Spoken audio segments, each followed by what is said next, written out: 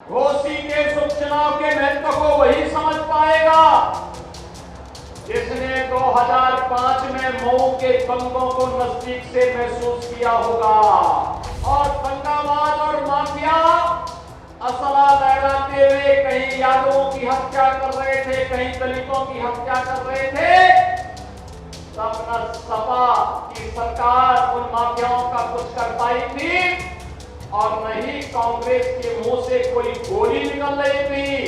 तब गोरखपुर में मैं सांसद था और तब इन दंगाबाजों के खिलाफ लड़ने के लिए मैं ही गोरखपुर से चला था। घोसी उपचुनाव के नजदीक आते ही बीजेपी और समाजवादी पार्टी दोनों ही मैदान में डट गए हैं। ये उपचुनाव दो प्रत्याशियों की लड़ाई से बढ़कर दो पार्टियों के बीच साख का सवाल बना हुआ है।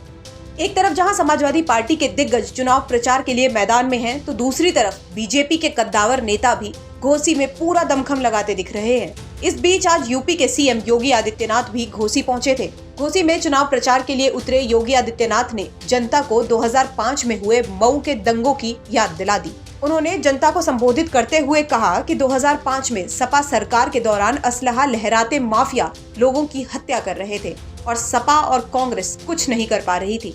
भाइयों बहनों, हमें घोसी के इस उपचुनाव में आपके बीच में आना पड़ा है।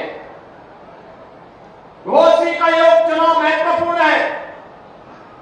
भाइयों बहनों, घोसी के इस उपचुनाव के महत्व को वही समझ पाएगा जिसने 2005 में मऊ के दंगों को नजदीक से महसूस किया होगा।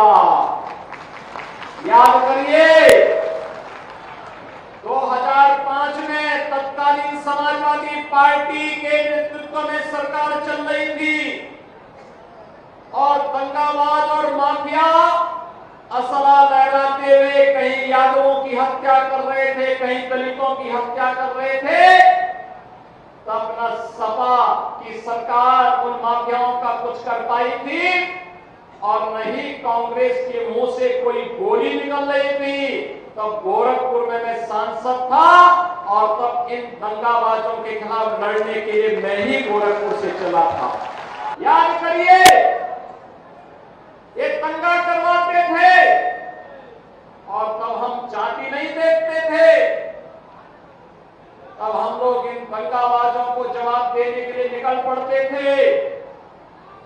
और भाइयों बहनों, जैसे ही प्रधानमंत्री मोदी जी के आह्वान पर उनके नेतृत्व में उत्तर प्रदेश में सरकार बनी भारतीय जनता पार्टी नेतृत्व की, ये जो माफिया असला लहराते थे आज व्हील चेयर पर अपनी जान की भीख मांगते हुए दिखाई देते हैं।